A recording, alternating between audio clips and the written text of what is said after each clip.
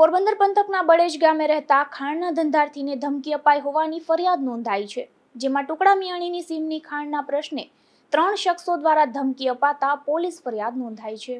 બળેજ ગામે પરમાર ફળિયામાં રહેતા હાજા ઉર્ફે ભરત હરદાસ પરમારે મિયાણી મરીન પોલીસ મથકમાં નોંધાવેલ પોલીસ ફરિયાદ મુજબ ટુકડા મિયાણીની ડોકલા સીમ વિસ્તારમાં સરકારી ખરાબામાં તેની અને લીઝ પાવરદાર રાજેશ કચરા પરમારની ભાગીદારીમાં પથ્થર અને બેલાની ખાણ કાર્યરત છે, જેનું સંચાલન રાજેશ કરે છે।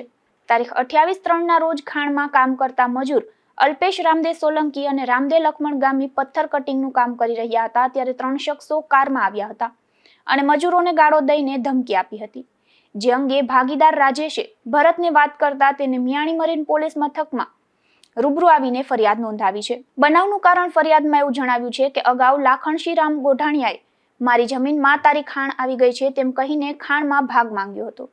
જમીન લાખણશીની ન હોવાથી ભરતે ભાગ આપવાની ના પાડી દીધી હતી। તે વાતનું મન દુઃખ રાખીને ખાંભોદરના લાખણશી અને અજાણ્યા 2 શખ્સોએ ધમકી આપી હોવાનું ફરિયાદમાં જણાવતા પોલીસે વધુ તપાસ હાથ ધરી છે। નિપુલ પોપટ સાથે અશોક થાનકી, ગુજરાત ન્યૂઝ, પોરબંદર।